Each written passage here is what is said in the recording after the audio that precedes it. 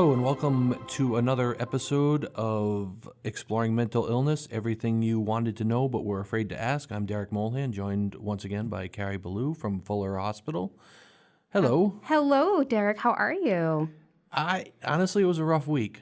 It was a very rough week. For those in the general vicinity of where we do this in Attleboro, Massachusetts, one of my lifelong places, the Pawtucket Red Sox, are moving to Worcester. That's like a gut punch for me. It's been a very up and down week, mostly down. People just ask me about the Paw Sox. It's very depressing. It's got me in a kind of a depressive state right now.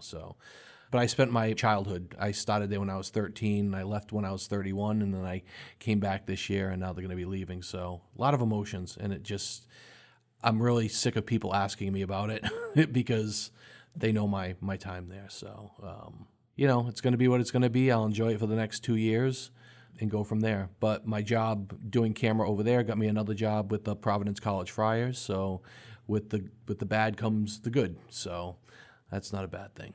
That sounds like a coping skill that you're using. I'm trying.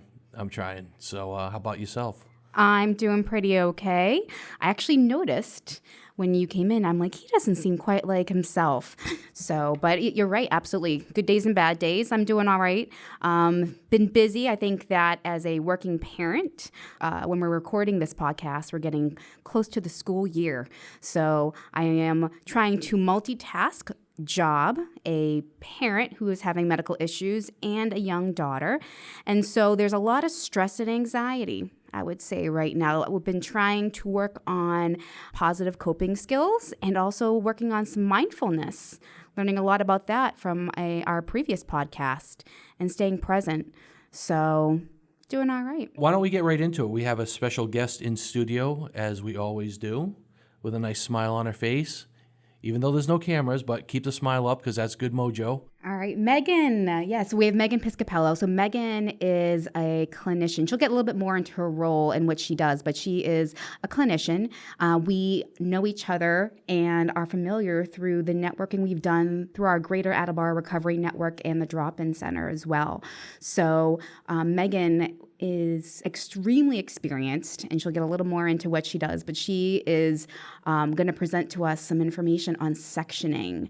So for folks that are listening, you probably may or may not have heard that word at some point in your experience, either your direct experience or when you're with a loved one, and you're wondering, how can I get my loved one some help? So Megan, tell us a little bit about yourself. Sure. Well, thank you so much for having me today. I work for South Bay Community Services. I've been with them for about 6 years. I really decided to become a social worker kind of from the way that I was raised. My mom was a psychiatric nurse at a juvenile delinquent center in Connecticut, and my father is a social worker. He worked for the state of Connecticut as well. So kind of raised to understand the importance of helping others, basically. So I chose to become a social worker after college, and have been in the field since. I currently have my LICSW, so big accomplishment. I've been working in the field now like 8 years or so. Most recently, I've been a supervisor, so having the opportunity to grow other clinicians, help them work with their clients, things like that, and Could you just tell everybody what an LISCW is? Oh, sure. Yes. So an LICSW is a licensed independent clinical social worker. So it's kind of the highest level you can be as a practitioner at this point. The only reason I knew that it was because where my therapist is, they have two of those in the same office. Yes. So that's definitely, where we strive to reach. Great point, Derek. What is the difference between a licensed social worker and, say, a licensed mental health counselor, an LMHC? Right. So there is a little difference. I would say primarily it's kind of what your license allows you to do per the state that you work in.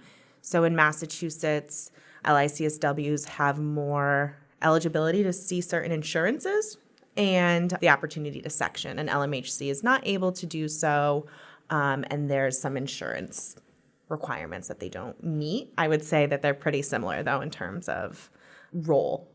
There's some limitations, but, still a person with that really good clinical experience who's working with others.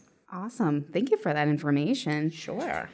So we'll let you continue. Okay. Sorry to interrupt like that, but No. just to get that information out there. So Yeah, I probably speak in acronyms that people are like, I have no idea what that means. So that's helpful for me to explain it a little bit better.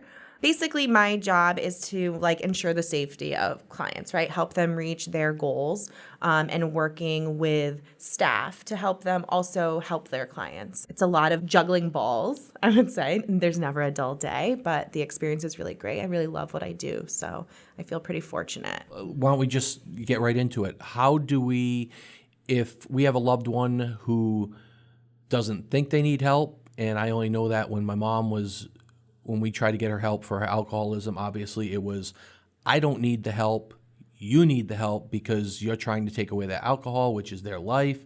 Same thing, some people, I don't have mental illness, I don't have a problem, you're the one who has the problem.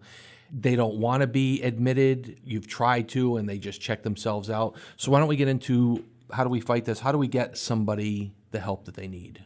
Right. So, well, there's two different types of sections that people will hear a lot of. You'll hear a Section 12 or a Section 35. A Section 12 is a pink paper mechanism, and it moves a client or person, depending on your role or relationship with them, to a hospital. So they have to meet a specific criteria for a civil commitment. So that's suicidality, homicidality, and a marked impairment in judgment. That is really difficult sometimes. The suicidality and the homicidality are a little easier, but the marked judgment can become a gray area because it's kind of to your discretion.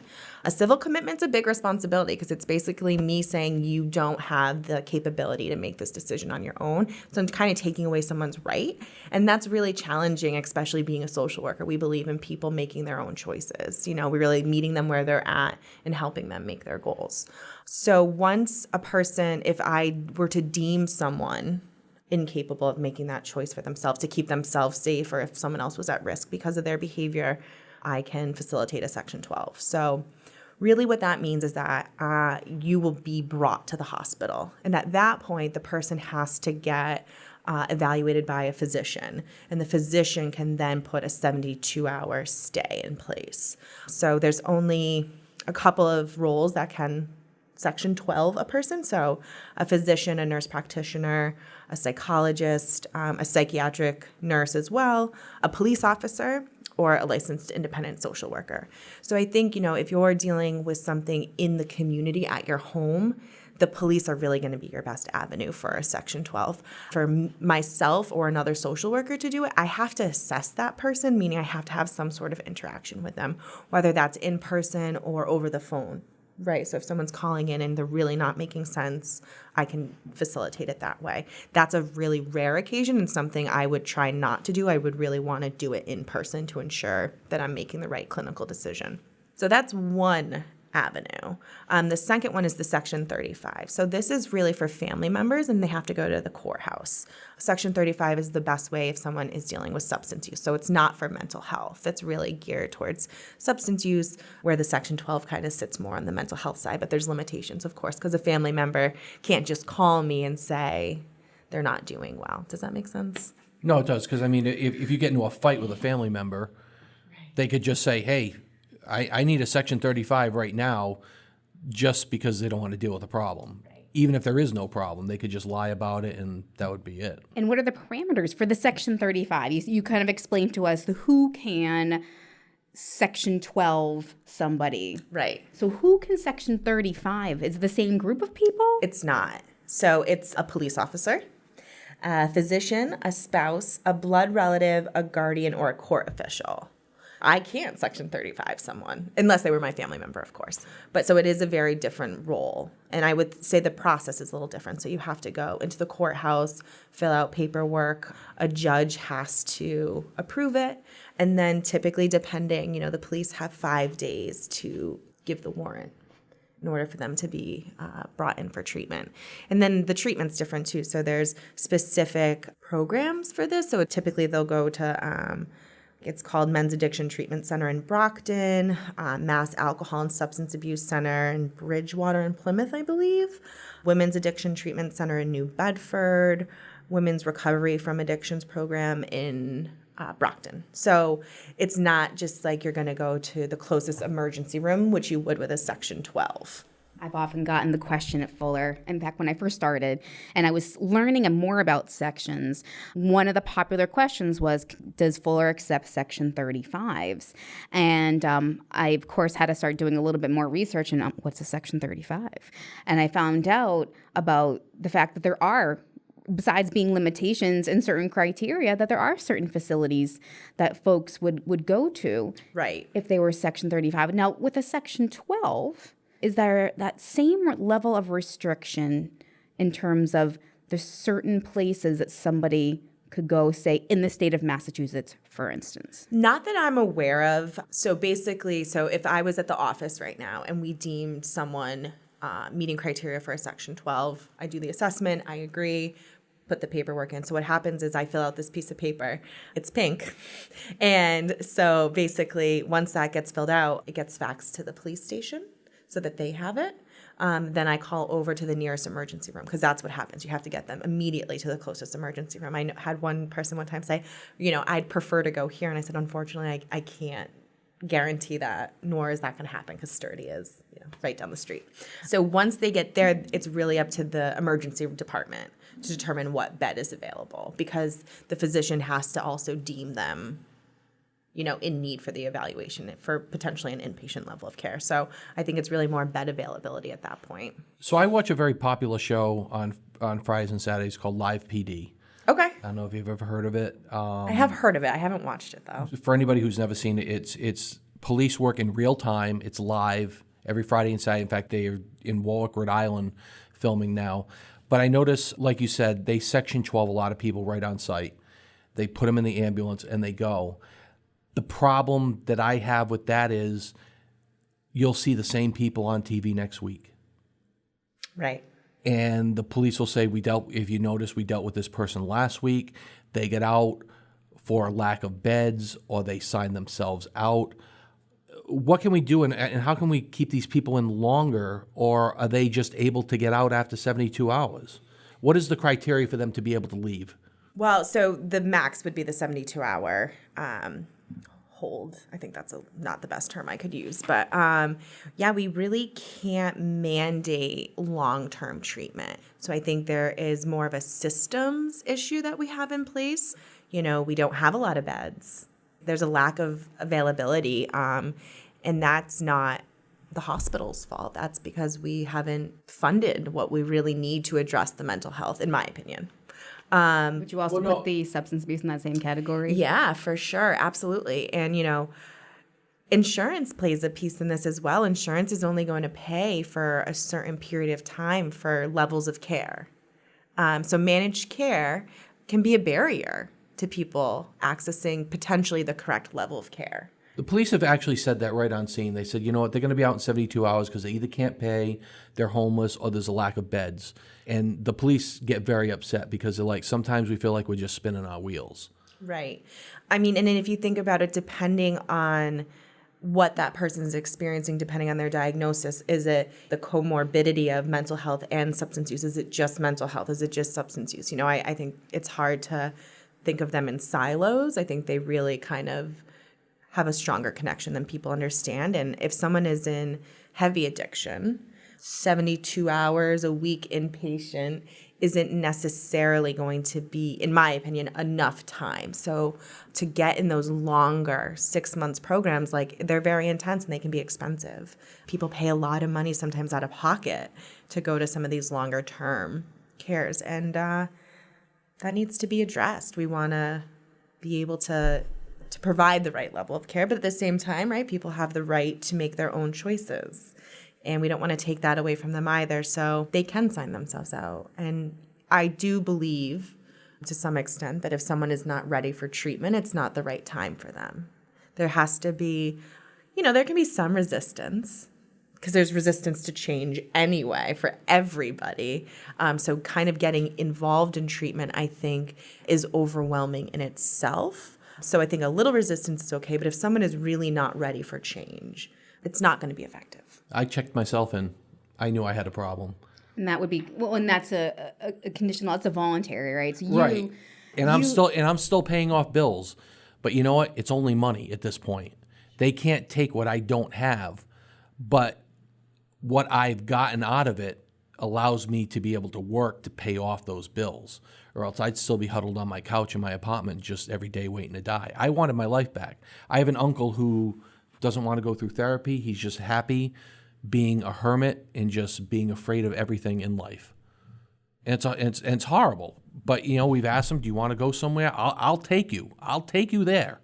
And he's just, no, he just kind of gave up on things. So for our listeners, that may sound familiar. You have somebody that you see is struggling substantially. And what we mean by substantially, and correct me if I'm wrong, Megan, obviously we talked about with a Section 12, if they are threatening to hurt themselves or making an attempt to hurt themselves or threatening somebody else seriously, as well as, or if they are literally unable to function in their day-to-day life because of symptoms of mental health, that's when you as a loved one, or if, again, there's somebody in your network who is a social worker, or if you feel the need to contact the police or even have an officer who you're familiar with, would be able to help that person get the help that they need, even if they don't believe it. And I think that for some families, too, it's probably a little bit overwhelming and they feel guilty. Like, should I do this? What if they're really not sick? A lot of what ifs. What if my husband leaves me?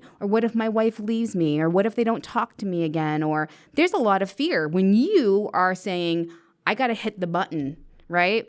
I got to make sure that they get the help they need because they don't think they need help. But me as an outsider can see that. Yeah, and I think, the what ifs that you're referring to, I mean, especially when it comes to the Section 35, right, there's specific DPH programs or DMH programs that is the requirement, that's where they go, right? So the Section 12 also, it's bed availability. So what if you live in Attleboro? What if Fuller's full? That sounded funny. Sorry. If Fuller has no availability, what if they have to go, farther north? And then the family members are like, and now we don't have a way to get to them. So it's like sometimes even those fears of, will I have access to my loved one once they get hospitalized, I think can be a barrier as well. Or in terms of stigma, do I want to, especially those that aren't familiar with mental health or mental health settings like an inpatient psychiatric hospital, and maybe your only exposure has been watching a movie or seeing spoofs on TV, and so you're wondering, oh my goodness, where am I going to end up sending them? Are they going to be safe? Are they going to get the treatment they need? I think it's really important for families who are in that what if, I don't know what to do right now type of thing, to reach out to, even if it's an outpatient program, calling and speaking to a manager to say, this is what I'm dealing with. How do you recommend me moving forward? And not being, getting over that fear of asking questions. Don't be afraid to ask these questions because someone can make a referral. And you can try, right? Because sometimes it takes a lot of time. So maybe the first referral doesn't work out, but over time it does. And probably it'd be really important for those family members to access some sort of service to give them support. I mean, it's difficult to watch your loved one suffering from mental health or substance use or both. So making sure they have the appropriate family resources available to them too. If I wasn't in the field that I was in and I felt the need to have to section a loved one, what would make the most sense for me as a community member? Yeah, I think, there's that challenge. So if it's for substance use, I would say go to the courthouse, because you can kind of be that proactive person for them. Otherwise, unless, I think you're really looking to speak potentially to the person's physician, their primary care. But then again, we have HIPAA. So there's confidentiality. So, there's only so much a physician can do. For me, I'm thinking really that a police officer is going to be your best avenue if a Section 12 is needed within the community. That's what they do on LIPD. It's always, we've tried calling the hospital. We know that if we get a police officer down here, that they already got the ambulance rolling, and we've got 72 hours at least to figure out what the next step is. Right. So, it goes back to, I think I use the primary care in case, you have you're the emergency contact, you have a release to speak to their doctor. The doctor might have some understanding of what the person's going through, but, unfortunately, I can't just get called to do a random section for someone. So there's still limitations within that. Do you, and this is a general question, do you feel like the police would be a good option just to have a conversation with?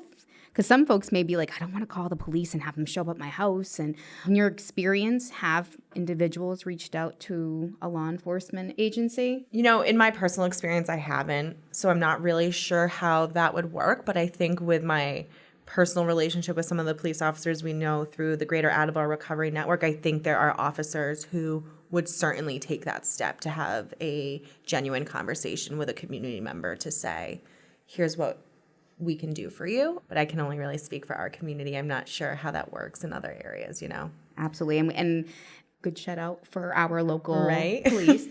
So for our local community here in Massachusetts, in the Attleboro area, in the greater Attleboro area, we have officers that are dedicated to doing more outreach, more people-oriented policing, and being more proactive. They're available for a call, or they follow up on an overdose. They often wear plain clothes. Yeah. And I also have a great relationship with some of the folks that we're talking about, and it's absolutely an awesome resource to have, to know what to do or to ask that question. So I definitely think reaching out to your local police department makes sense, because you don't know if they also have a similar team that can reach out and is there just to educate. My experience with our police have also been significantly through the Section 12, obviously a psych hospital. So for folks that may be wondering on my end, right? So here's Megan. Megan works in the community. She could legitimately be seeing somebody who could present a need, a significant need, but they don't believe that they present a need. And so she may section somebody from an office setting or a community. What that looks like on my end at my psych hospital or at any psychiatric hospital is, once the person is found to have a need for an inpatient level of care, once they are at a hospital or a crisis setting and they're evaluated and that recommendation is made, then the section will continue or will be moved forward to have them transported to a psychiatric setting. If it's a hospital that has a psychiatric unit, they could be going upstairs to their psychiatric unit for the 72 hours. If it is a community hospital, such as ourselves, they would be coming to us for 72 hours, and those are 72 business days typically. Put that out there as well. And that allows our clinical team to determine the safety of that individual. I think that if you're scared of, oh no, what's going to happen to my loved one, or am I making the right move? I'm going to say better safe than sorry. If you have that much of a concern that you're not sure, making that step, though it may seem uncomfortable right away, is going to allow that individual to be assessed by a professional, and the professional could say, you know what, this is the kind of help they need. That is out of your hands. That really is in the hands of the professional to make that assessment. You're just trying to keep them safe. And same thing for Fuller, for our hospital. Our clinical team, when we get somebody sectioned to us, Section 12 to us, focuses on, and their job is in that 72 hours, they have to determine, is that person, what is going on with that person? Are they safe? If they're not, what needs to be done to address it? And then they have to make decisions too. Do we continue the hold and have them continue treatment? Some folks will voluntarily, after that 3-day, sign a voluntary agreement to stay, because maybe after that 72 hours and talking with our clinical team, they realize, you know what, I really do need some help. And so they can voluntarily stay with us and continue their treatment. Or if they are still in a state of, I don't need this help, possibly, and I'll just use an example, they could be extremely psychotic and they could think that there's absolutely nothing wrong with them, and our team could see that there is definitely a safety issue or a community safety issue, then our team can continue that Section 12 and ensure that person receives the treatment that they need. I mean, when you think about it, the Section 12 is really, when we get someone into an inpatient level of care, we're looking to stabilize, right? Yes, absolutely. And most of the time that's going to be a short-term process. To me, in inpatient level of care, it's a high threshold. I mean, it's difficult. The highest level of care. It's the highest level of care. You're in crisis. You're in the highest level of need. We want people to step down because they do get a little bit more choices in their life. So, going to, if you are inpatient, is it the best recommendation to go to a partial hospitalization program, step down to an IOP, which is intensive outpatient therapy, and then transition to, whether it's weekly or biweekly outpatient level of care. I think we miss that transition a lot. We go from almost like inpatient to outpatient. And a lot of that goes back to availability of resources as well, insurance, and that could be a whole other episode. Something that was mentioned before that Derek had mentioned is the idea of using sections, whether it's a Section 12 or a Section 35, as a tool to get back at somebody. That is not unheard of. For any folks that have either experienced it, thought about it, were concerned, that's kind of where Megan and where a clinician such as Megan would come in, because, like, say, if I were to section somebody for other reasons besides the reasons that I am giving and presenting to the court, or based on my perception, the reality is once they get sectioned, they are going to see a clinician, and that clinician is going to be able to determine, hey, this person's okay, and this person's not okay. There's not much, you can't go beyond that step. I would find it hard to believe that somebody could go from, in that process, that wouldn't be caught if it were a person who was not clinically unstable. Right. So, that's why, it's required that I assess the person. I have to speak to them. I have to determine that there is marked impairment in their judgment. It has to be significant. Or, if someone is saying, I'm thinking about killing myself, and this is how I'm going to do it. I'm going to leave this office and do X, Y, and Z. I can't section someone for passive suicidal ideation because people can have thoughts, right? We all have thoughts. We all think things sometimes, and we're like, ooh. I always joke with my therapist because, they're always saying, do you feel like you want to hurt yourself? I'm like, no. Do you want to hurt other people? Every time I get in my car, and they finally, the first time they're just like, really? I'm like, no, it's a joke. Right. And they finally, I always come up with something different. So, they're okay with that. Right. A thought is a thought. That doesn't mean that we are going to act on a thought. That's why the suicidal, whether it's a gesture, we have to really assess that. Is this something that could occur? And if I think there is plan with intent, then, I need to step in to ensure the safety. Same with homicidality. So if someone says, oh, I just want to kill him, I have to really say, well, what do you mean by that? But if someone says to me, I'm so sick of this person, they keep giving me all these problems, I'm going to smash them in the head with a bat. Right? That's really specific. That's worrisome. So then as a social worker, not only do I have to determine, are you potentially going to harm someone, because I have to do the Section 12, but then I have a duty to warn. So then I have to contact that other person and say, I just want to let you know.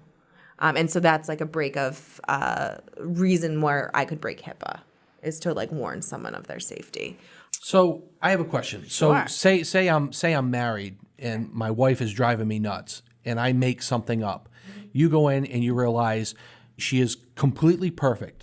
What are the repercussions for somebody who does that? Can they be arrested for illegally under false pretenses? Or there's got to be some sort of punishment.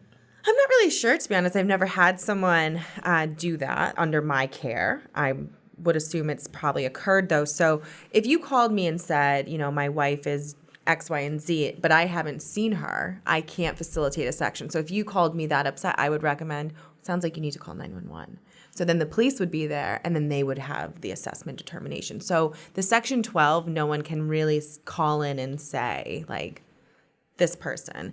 If someone who maybe was their loved one and I had to release them, they're they're in the bathroom, they're not going to call me if someone's in the midst of an attempt or something like that. They're going to call 911. So if there was a plan, if someone is thinking that way, I would still have the opportunity to complete an assessment. So I don't perceive a retaliation in terms of a Section 12. And I'm pretty sure for a Section 35, there is also... It just seems like a false imprisonment type that would be... idea. You know what I mean? Yeah, I think that would be very... And that's why there's so many steps Yeah. to... It's not that easy to get people the treatment they need. The purpose of the section is really to start the process. There's red flags, and we're going to initiate that someone get assessed. It really is an assessment piece of it. And there's actually two steps. There's the there's the U assessment to determine if a section's needed, and then there's a secondary assessment that determines if they need inpatient level of care or Right. some other types of services. My Section 12 is saying, I've deemed you the need to go to the hospital, and that's what's going to happen right now. And if you think about even the Section 35, you go to court, the judge permits this, they're still going to be assessed by the police. So the police are really a very important part of this because they can do both. So they have the experience. So at no point do I think someone could just really get hospitalized under a false pretense. I know one thing on Live PD that they want to get people to know is that police are not just about cops and robbers. Police they're your friend. They diffuse family arguments. When there are domestic disputes, they do everything. And I know that, especially in Greenville, South Carolina, which is one of their main focuses because there's always a lot of action going on down there, they always end, we're going to get this person in the hospital, we're going to get them taken care of. Always better to be safe than sorry. And then 15 minutes later, they could go to a shooting. And then 15 minutes later, they might be in the middle of a mental illness case. Their theory is safe than sorry. I would rather have this person go away in an ambulance, be checked out, and be 100% and know that I saved their life and possibly somebody else's life. Because, the police, they do so much. And it's community policing. So I think reaching out to the police, that's part of their job. They expect that. That's part of their civic duty. I agree. If you call the police station, they can also direct you to other services that are available within the community. Good point. There is a difference between 911 and just calling your local police station. Right. So knowing that you can just speak to them and they might be able to guide you, but also knowing your town social worker. There's a lot of ways to identify resources in the area. So I think it's really important because I know South Bay would certainly welcome a phone call from a concerned loved one to say, well, this is what we can try to do. And that doesn't always mean that you're calling to get someone hospitalized either. They might not meet that level of care. They might just need an intensive outpatient program or something like that. So I think it's just asking the questions and not being afraid. I think when we're afraid to discuss mental health, it just adds to that stigma that, people aren't experiencing this when a lot of us do on a daily basis. And that's okay. If a person knows that they need help, they're afraid to go to the hospital, but they know they need help and they're worried that they might be committed in, what happens there? Sure. So I think that that's an honest fear that someone could have. Coming in to see someone for counseling could lead to an inpatient level of care. So really what is my job when I'm meeting with someone, whether for the first time, we get what I would consider informed consent. I basically outline to them what my role in the therapeutic process is. So explaining to them the situations that may lead to me needing to section them. If someone meets that criteria, it's my duty to make sure that they get to a hospital, or at least get to the hospital to get evaluated. But I think that there's also times where it's not just inpatient. We might refer for the partial hospitalization program or an intensive outpatient because they can maybe still go to work and then go to the classes at night. So they can maintain what things that are important to them, whether it's work, family obligations, but still access care. So unfortunately, I can't wipe that fear away from them. I would just be honest with them and review with them what they feel would maybe warrant them wanting to go for a high level of care. And I would let them know if I observe something that I might need to make that section or recommendation. So there is no black and white to that. It is a very gray situation, and that is a potential. However, I would really want to encourage them to know you don't need to be afraid to go to the hospital. You're not going to be there forever. You're just going to get the care you need in that moment. And then we're going to, aftercare plan, make sure you're set up with the right, whether it's an additional service or other community resources and supports that will help them thrive and meet their personal best. And that's something from an inpatient perspective, having had conversations with some of our patients, especially when they are, a Section 12 is what brought them to us, right? They didn't voluntarily decide to come and get care. There is a lot of anxiety that's created around I don't want to be here. And they think very much so in terms of how long am I going to be here? Am I ever going to leave? There's a lot of thoughts that go through their minds, understandably so. That's the stigma of television also. You see them come with the the white ambulance, the guys in the white outfits, the straight jacket, throw you in the back, and then you get put in a padded room. I think there's a lot of stigma on TV that is not doing the mental health care society any good whatsoever. And I think what we need to emphasize is that when it comes to inpatient care and other services, that we call ourselves an acute psychiatric hospital, and acute means it's short term. We only see folks for a short amount of time, as long as is needed to stabilize them, to make them not in crisis, and to get them to the next level of care. And so, it's easy for folks, again, to get kind of caught up in the mentality. So it's really important for us as providers to reassure our patients that it is only temporary. I say that all the time when I hear those things. I'm like, guys, it's only temporary. This is not permanent. You are getting the care that you need. I think understanding too that if you had a broken bone, you would go see your doctor, right? Yeah. Unless you wanted to continue to have a broken bone, I guess. You would go to the doctor. If you needed surgery, you would go to the hospital. We have very much normalized our physical well-being, and we really need to work towards that for our mental health. It does get better when just like when you receive treatment for your physical need, it will get better, and your mental health will get better if you start to treat it. And that's really important, that you need to start a program somewhere, or try to, because that's how you're going to make small little steps. And once you kind of start noticing that these things are working and you're starting to feel a little bit better, or that you can manage a little bit better, maybe you're not even feeling better, you're able to kind of see things slightly differently, I think it really draws people back to be like, oh, this is working, and I'm going to keep going with this. And understanding that it's maintaining it. You likely will have to identify those coping skills and what works for you and maintain those things, kind of like healthy living. It's not just going to be, I used coping skills for 3 days and now I'm better. It's an everyday thing. Like, you have to shower every day to be clean, and you have to remotivate yourself every day too. It's not just going to come naturally. I love the example that you gave of the broken bone, because it's exactly how we look at it at Fuller. It's not as black and white or invisible. We explain to folks that you're here for emergency treatment. You're here to get stabilized. One of the things that we talk to our patients and we talk to our staff about during our orientation process is the fact that one of the reasons why we strive to provide what we call service excellence, or, which is like the highest quality of care and essentially service to those that we provide care for, is because folks who have mental health issues, it's a chronic condition. And so you're going to have episodes. You're going to have moments in your life where you're going to end up in crisis. Maybe it's once, maybe it's twice, maybe it's dozens of times. But to understand that folks are going to come back to us, or we want them to come back to us, or to go to some place where they feel like can get the care that they need and the treatment that they need. So maybe in some cases it's like a broken bone, but in some cases it could be like a chronic disease. It could be like a diabetes, for instance, a condition that you will have for the rest of your life that can flare up.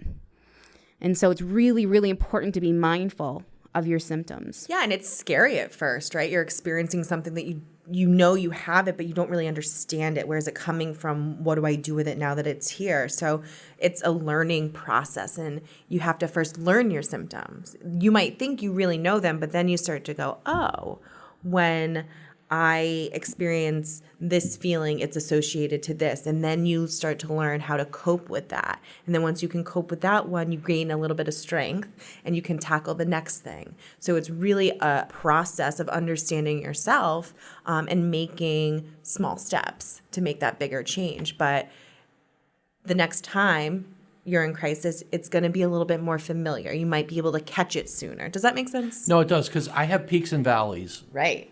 And the thing is that I have more peaks than valleys. I will say to the listeners that the good and the bad about the valleys are, when I have, an anxiety attack or a panic attack, which I haven't had in, knock on wood, for a long time, when you don't have them for a long time, you think it's something different. Right. So what I have to do is I have to go down my checklist. I'm a type 2 diabetic. The first thing I do is check my blood sugar. If my blood sugar's okay, then I go through my mental checklist. Okay, was there a trigger was there. And then if there is nothing, then I have to just say, you know what? It's just anxiety. And within 3 or 4 minutes, which would normally, back in the day, I would already be on 911, having the ambulance come to get me, to check me out. I go through my checklist, and it's just like, okay, it's just the same old stuff. Sure. Even though it feels different, I think it might be something else, but I know deep down it's not. And then it's just like, all right, forget about it. Don't dwell on it. Don't think about why it happened. It's going to happen. Mm-hmm. And then if it doesn't go away, my doctors gave me Ativan to take in case of emergency. And I have been prescribed 10 Ativans every year for the past 5 years. And I have taken 2 over 5 years. So that's 50 pills. I've only had to take 2, and I took 2 on the same day for a funeral. That's what I like to refer to as the lioness blanket. You just keep them in your back pocket. Yeah, you keep it. Yeah, I have them with me. The almost work is the same way. Yeah, but it is a little crutch. Everybody's like, well, don't be a hero. They're there for a reason. I've come this far with my coping skills, and you know what to look out for. And it can't be cured. It can be controlled. So if I get a valley, I'm just like, wow, this hasn't happened in a while. Go through my checklist. And then after it's over, I can say, you know what? I beat it. Good for me. Now it's nothing but. I'm sure your checklist has evolved over time, though, and I think that's what's really important for people to understand. You might not have understood it before, and now you have this developed checklist that helps you manage those valleys, and hopefully they're not as low as they were before. You can catch it earlier, or So I think it's important for people to know, or I hope that was, or maybe that was your experience. No, that's exactly what happened. That, it might take a couple of crises to understand, I do need a process for this. So focusing on the sectioning piece, if you're somebody who's looking to section a loved one or has had a loved one who is being sectioned, or maybe you've been sectioned yourself, maybe you required a section, or maybe it's because you didn't quite understand what was happening this first time. The hope is that if you ended up finding yourself, or your loved one found themselves in a similar position mentally where they were what we call decompensating and they were in crisis again, maybe that next time is not going to be a section. Maybe that next time is going to be a conditional voluntary where Absolutely. They walk into the hospital and they're like, I need help. They're not being forced in. They're going in on their own accord, saying, I need help, get assessed, and then, go from there. I think obviously a Section 12 and a Section 35 probably is not what that individual wants, right? They don't want their choices and freedom being taken away. But it could potentially be the beginning of their recovery. Exactly. You could be facilitating a very positive step in their lives. Absolutely. And obviously, me sitting in my chair, it's easier for me to say it or feel that way. But if people do try and look at it from the other side, this could be the step in the right direction to getting people in maybe just access to care. Maybe the emergency room says, hey, you just need a partial program. You don't need to go inpatient, and that could still lead to the next step. See, and I've done partial program, and I try to do partial program at least once a year, even if I don't need it. I don't have to go for all 5 days, and I look at the component I'm struggling with in all my valleys right now. These are the things that I'm not struggling with, so I'll go in for a couple of days and refresh myself, because there's always new techniques out there. I find that there's always new things to go out there. I'm not talking about meds. I'm talking about ways to cope mentally with your mental illness. So I'll go in at least once a year, and I will look at the lineup and say, you know what, I need to refresh these 2 things. So I'll go in for a couple of days. It's 8 to 5. I try to avoid anything that's going to bring up old memories or anything that's going to set me back. But the things that I need to deal with, a couple of days is a couple of days. And for my own health, that's the greatest thing in the world, that I can pick and choose. If I have any anxiety or panic that goes more than 2 or 3 days, I'm calling my therapist and I say, I'm going into the partial program just for a couple of days to refresh myself. If I'm having depression for days on end, I'm functionally depressed because I still go to my job, I still do my work. I need to see what's going on. And then they'll check my meds to make sure my meds are okay.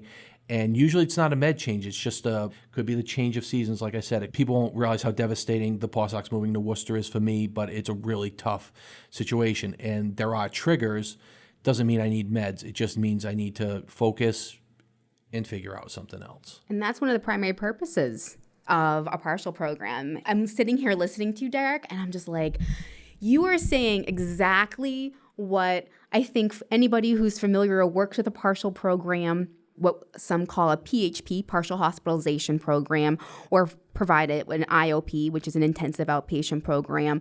It's what you want somebody to say, because you are defining what the purpose really is for those types of programs. I know for me, it wasn't until I started working at Fuller that I even knew what a partial hospitalization program was. I didn't know what that was. And so when it was explained to me, and now in turn, I explain it to people every day when they call the hospital and they connect because they want to learn more about our services, when they tell me what their need is, a lot of times that's a PHP is exactly what they need because they're in the community. They know there's something wrong with them.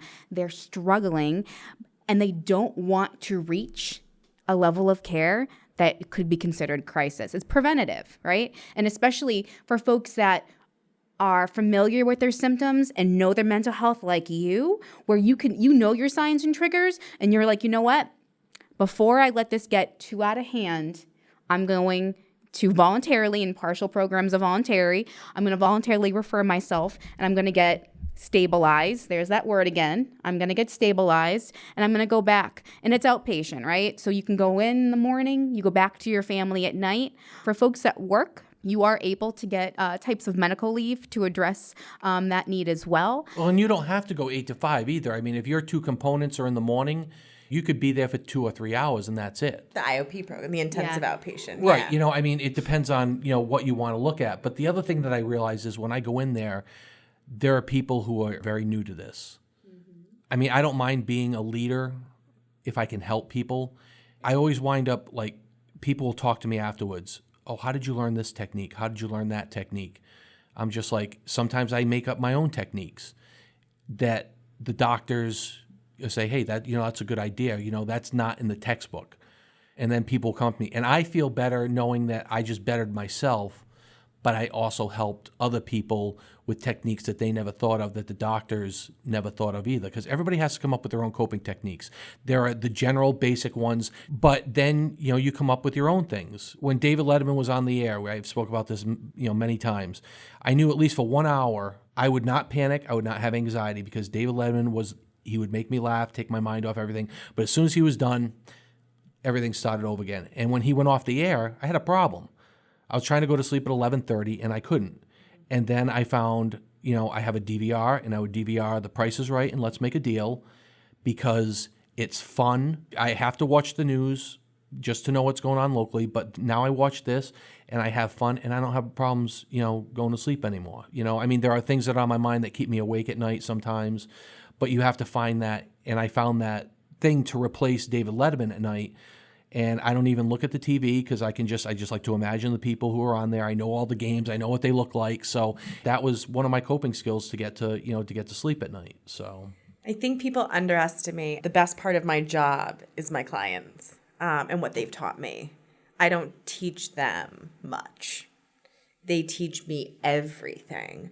They're experiencing certain feelings or thoughts, behaviors. Then they show me how they overcome it. I see their resiliency and all of their strengths. And then I go work with a new client who's experiencing a similar thing. And I go, I can use that coping skill to share because it's not coming from a textbook. It came from real life. Like this really worked. And I feel so fortunate in that. And I think that's where those groups that you join are so lucky to have you because you're the best teacher that they can have because you can truly speak from their experiences. You know, even if it is an experience I've had, I don't share that with my client, right? Like there's a little boundaries that have to go in. So I think, you know, the power of groups.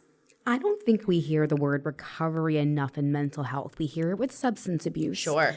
And we hear it with dual diagnosis, which is when you have both a psychiatric diagnosis and a substance abuse diagnosis. But I don't hear it enough. But I'm feeling like and especially with some of the projects we've done locally and and things such as this podcast, we are focusing on the concept of mental health recovery. It's not a cure. There is no cure, but there is definitely recovery, and recovery from some of the highs and lows, the peaks and valleys that are in your life, and also services that can help support your recovery. And part of recovery is listening to others who talk about their own experiences. My therapist and I'm lucky enough to have a therapist and a psychologist.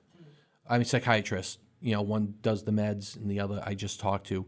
Not once in the 25 years, and even if I was cured tomorrow, I would still go to both.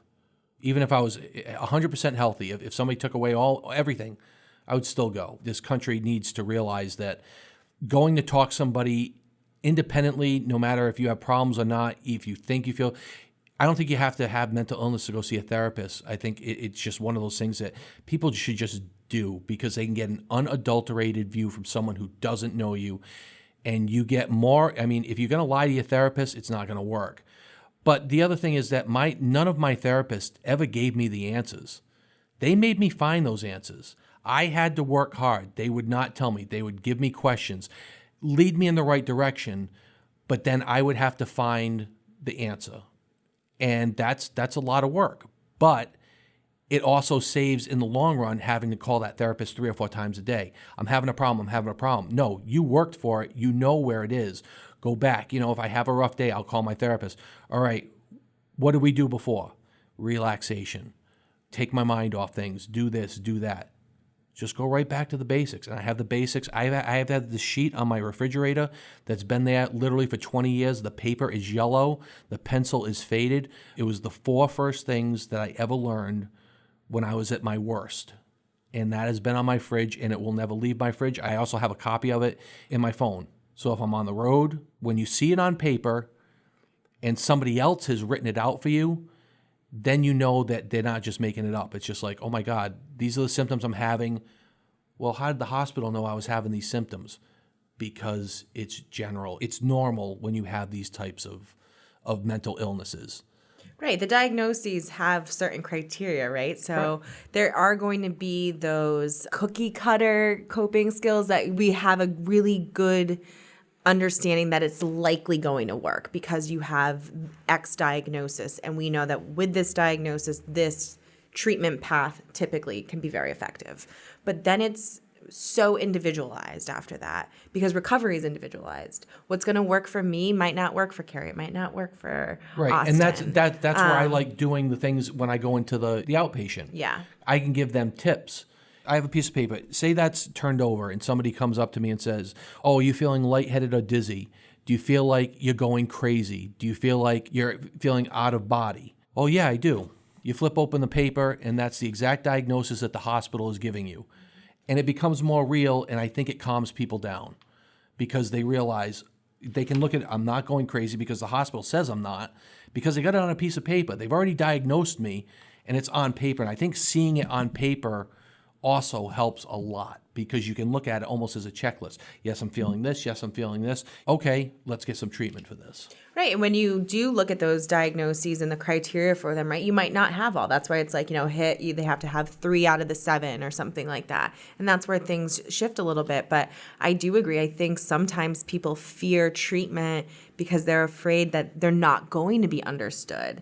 And then when you kind of say to them, based on what you're sharing with me and reporting to me, you're meeting a criteria for this. And then you kind of give them some psychoeducation on it. And they go, oh. There's a little relief there. And then they get a little more hope. Exactly. It's like, oh, I didn't make this up. Like, this is a real experience and other people have had it.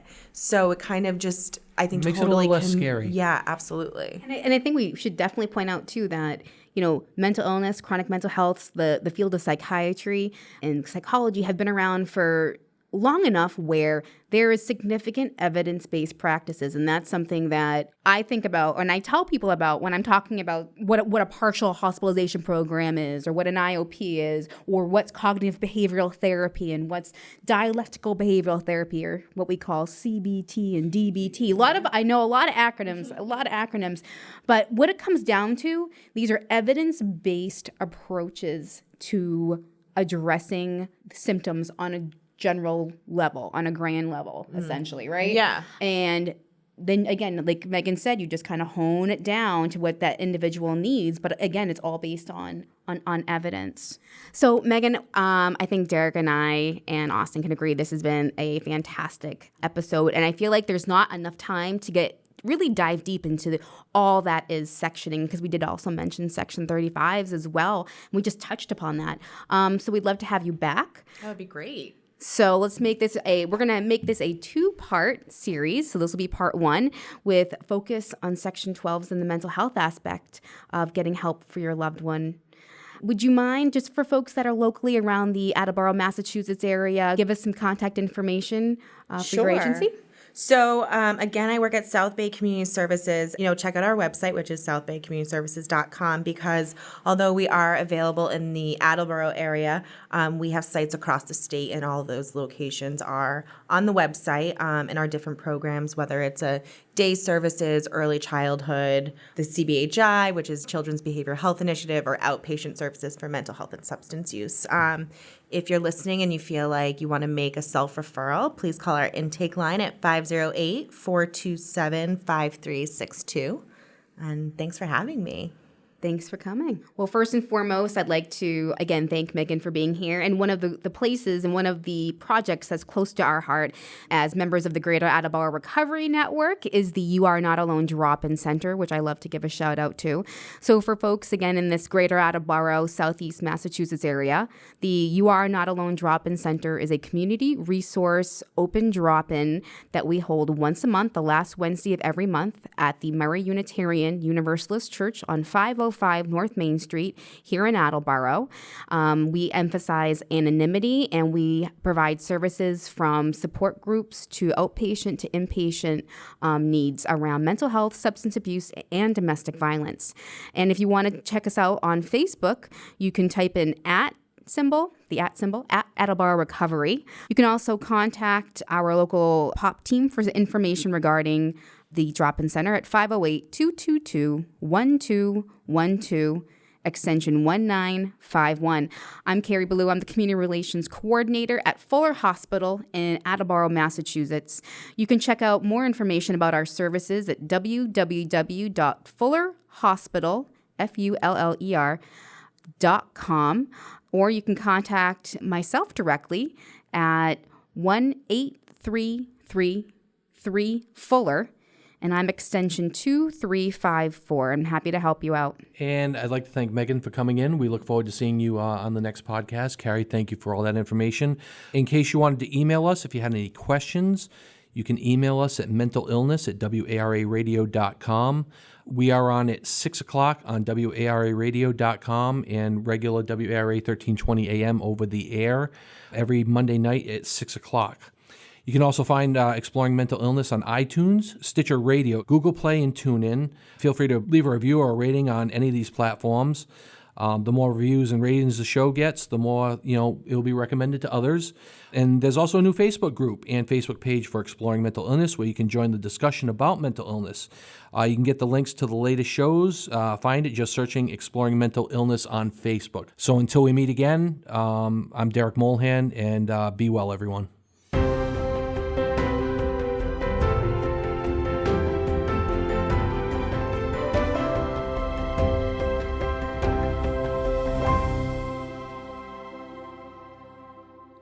The contents of the Exploring Mental Illness podcast provides general information and discussion about medicine, health, and related subjects. The content provided in this podcast, its associated website, and any links material are not intended and should not be construed as medical advice. This podcast should not be used in any legal capacity. No guarantee is given regarding the accuracy of any statements or opinions made on this podcast or its associated website. If the listener or any other person has a medical concern, they should consult an appropriately licensed healthcare professional. The views expressed on this podcast do not represent the views or opinions of Attleboro Access Cable Systems, Arbor Fuller Hospital, or their parent corporations. The contents of the Exploring Mental Illness podcast and its associated website are copyrighted Attleboro Access Cable Systems. The podcast may be redistributed in accordance with Creative Commons License 4.0.